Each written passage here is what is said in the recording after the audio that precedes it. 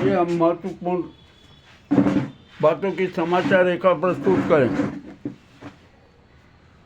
भारत महापतन के रास्ते पर और इसके दोषी मोदी और अमित शाह हैं। मामला अति रोचक होता जा रहा। जनता में भी आक्रोश है। अब क्या होगा क्या नहीं होगा ये देखना है।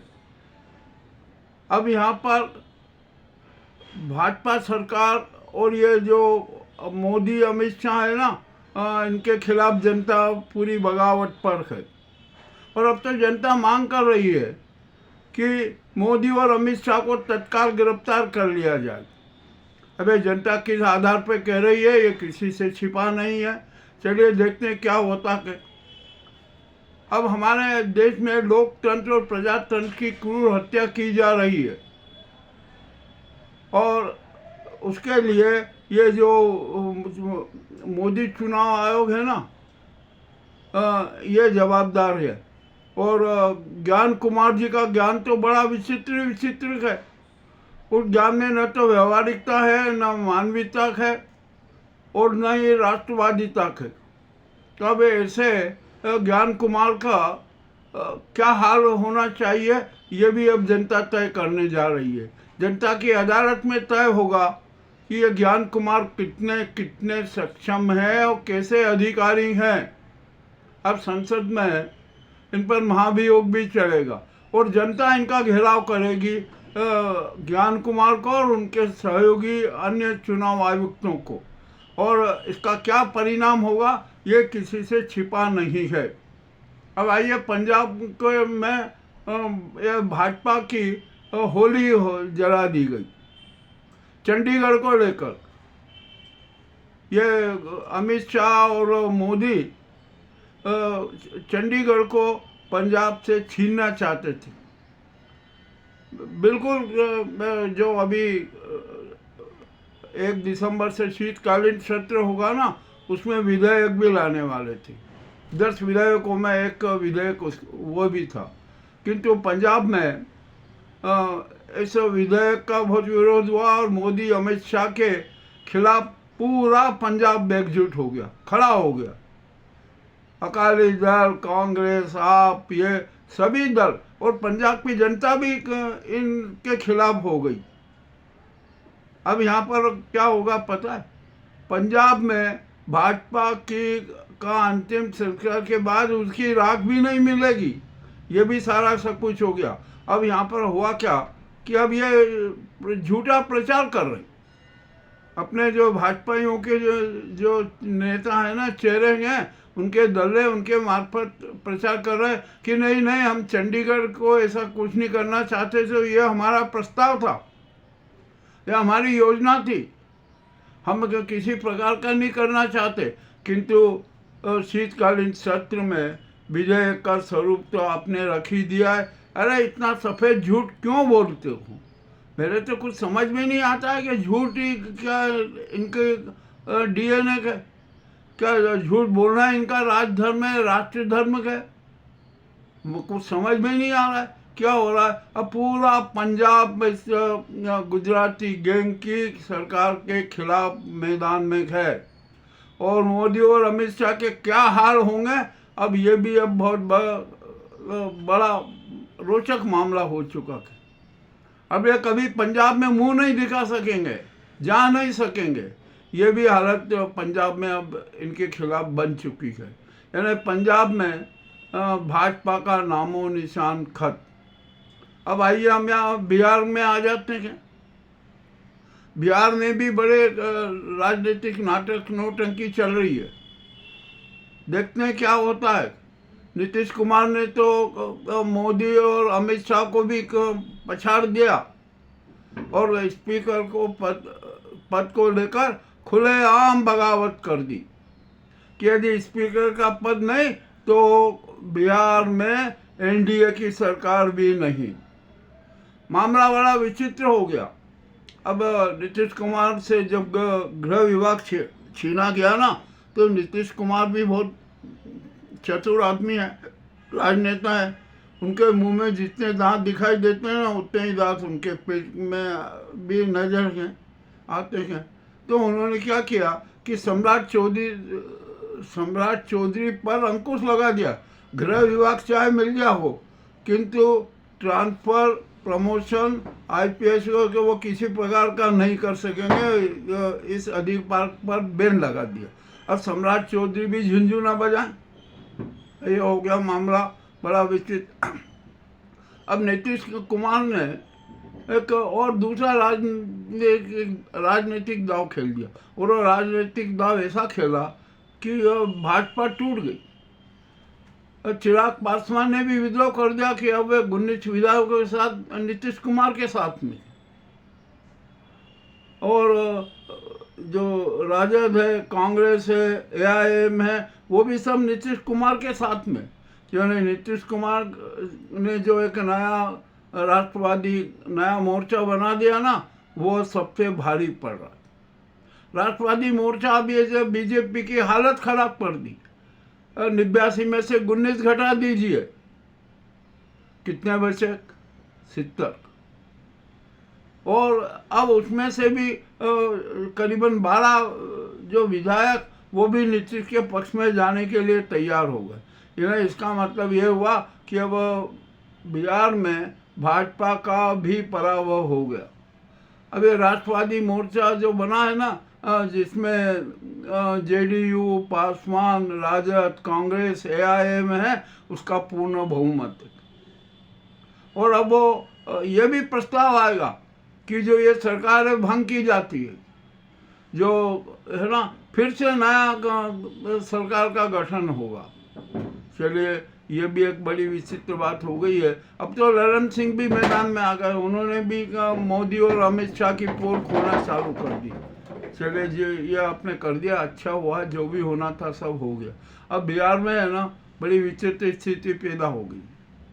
अब तो यहाँ पर राष्ट्रपति को चाहिए कि बिहार में राष्ट्रपति शासन लगा दे और नीतीश कुमार को केयर टेकर और सीएम के रूप में मान्यता दे दे, सारी समस्याओं का समाधान हो जाएगा। अब बिहार में फिर से चुनाव होंगे, ये भी अब तय है। चलिए, अब ये जो बात हो गई, अब यहाँ पर आते हैं हम सुप्रीम कोर्ट पर। आज 53वें सीजेआई के रूप में न्यायमूर्ति सूर्यकांत जी शपथ ले लेंगे। ले लो शपथ, कोई दिक्कत नहीं है। उन पर कितने आरोप हैं, उनकी आलोचना हो रही है।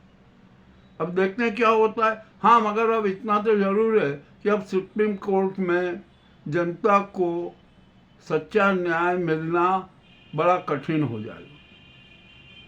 नहीं मिल सकेगा सच्चा न्याय, मैं दावे के साथ कह रहा हूँ। मामला बड़ा विचित्र है। तो आखिरकार क्या होगा? क्या अब न्यायपालिका के खिलाफ भी जनता में आक्रोश आ जाएगा?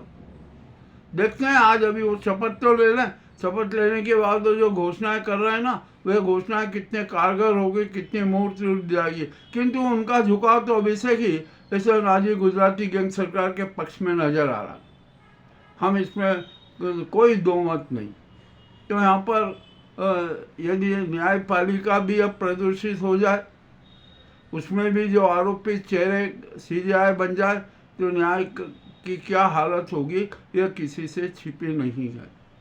अब आइए, अब देश में एक बहुत बड़ा भूचाल आने वाला है। इतना बड़ा भूचाल आने वाला है कि ये मोदी अमित शाह की जो गुजराती गैंग की सरकार है, वो मटिया मेट हो जाएगी। मामला बड़ा विचित्र है। अब यहाँ पर क्या हुआ कि नायडू ने एनडीए छोड़ दी, नीतीश एनडीए छोड़ देंगे, और बीजेपी के जो गडकरी समर्थक 32 विधायक हैं, उन्होंने भी भाजपा से नाता तोड़ लिया।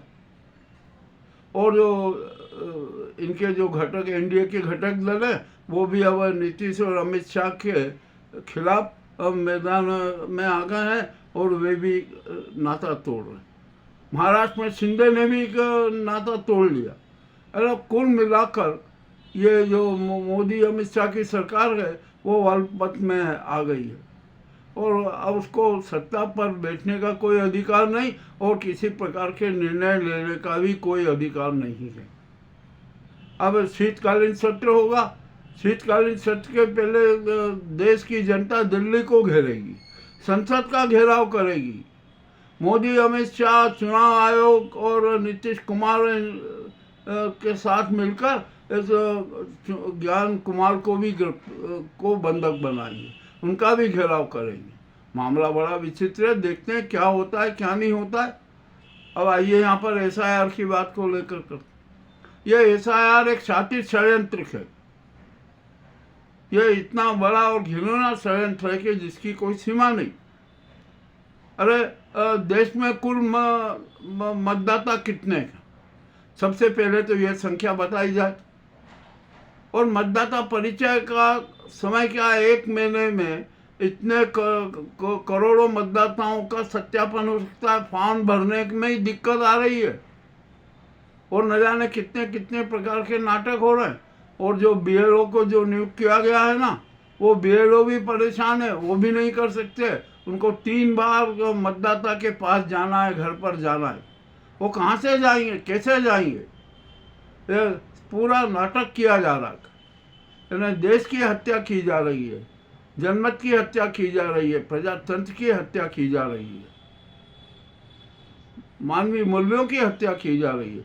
देखिए एसआईआर में के तहत कितने बीएलओ ने अपनी जान दे दी, आत्महत्याएं कर ली, परिवार प्रताड़ित हो रहे हैं, ये सब हो रहा है। अरे एसआईआर की कोई ज़रूरत भी नहीं थी। अरे आपको मतदाता का सत्यापन करवाना है ना, चुनाव सूची के हिसाब से आप सत्यापन करवा दीजिए कि ये जो मतदाता हैं ये है कि नहीं है कि नहीं है, कि यहाँ पर है या बाहर है, कहाँ पर है, और उसी के आगे उनका एपिक नंबर डाल दीजिए, सत्यापन हो जाता। एसआईआर के जो इतने लंबे चौड़े नाटक करने की जरूरत ही नहीं पड़ती। परंतु नहीं, उनको तो नाटक करना था। जो विपक्ष के मत है ना, उनको काटना था। उत्तर प्रदेश में यही खेल हो रहा है, बंगाल में यही खेल हो रहा है, महाराष्ट्र में यही खेल हो रहा है, केरल में भी यही खेल कर रहे थे, वहाँ मात खा ली।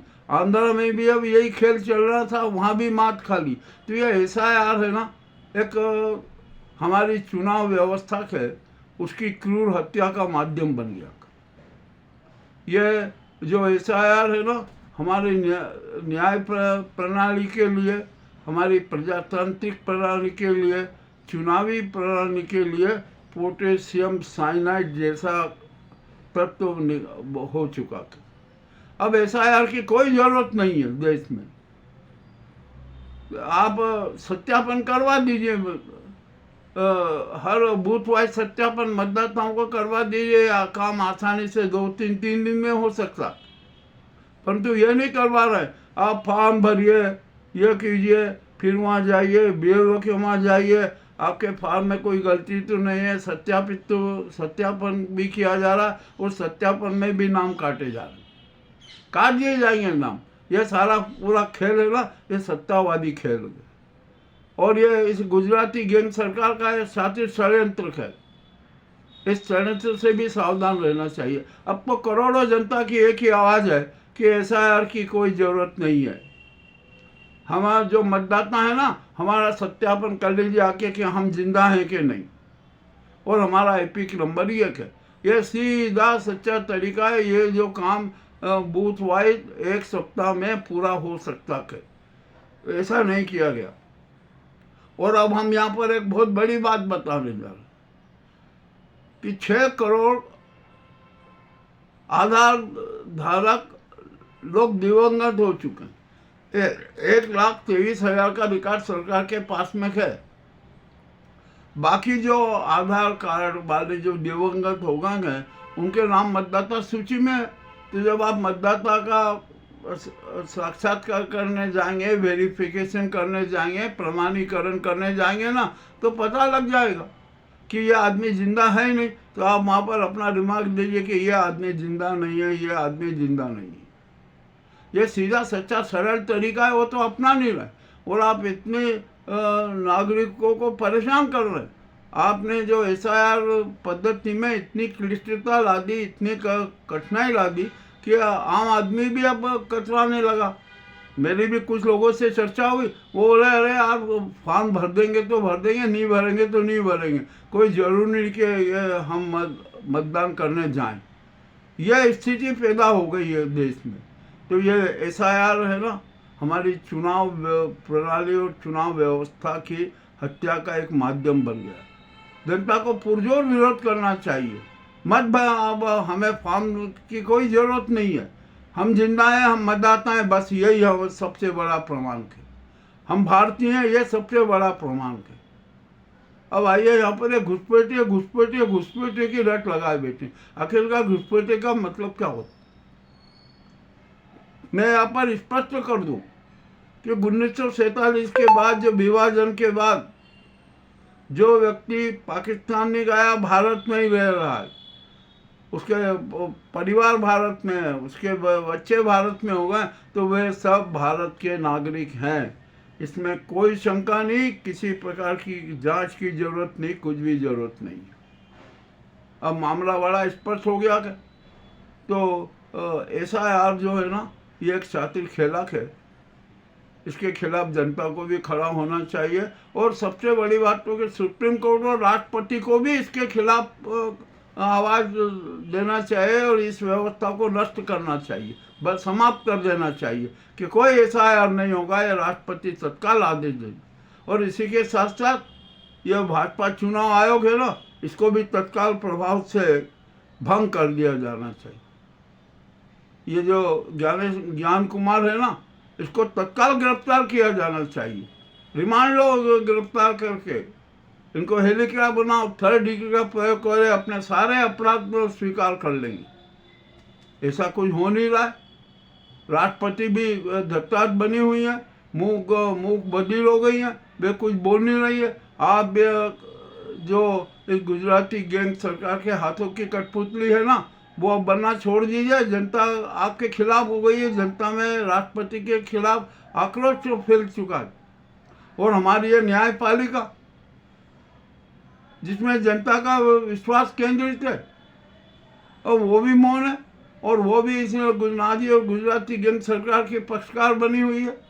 जो अभी जो 53 में CBI सूर्यकांत जी बन रहे हैं ना, SIR के खिलाफ, इनके सामने ही प्रकरण था, और उसमें सारे तथ्य और सत्य सामने ला दिए गए, किंतु इन्होंने स्पष्ट निर्णय नहीं दिया। तारीख पे तारीख देते रहे। मतदान, पहले चरण के मतदान के बाद तक तारीख रही। क्या है नाटक है? यह कैसा न्याय है?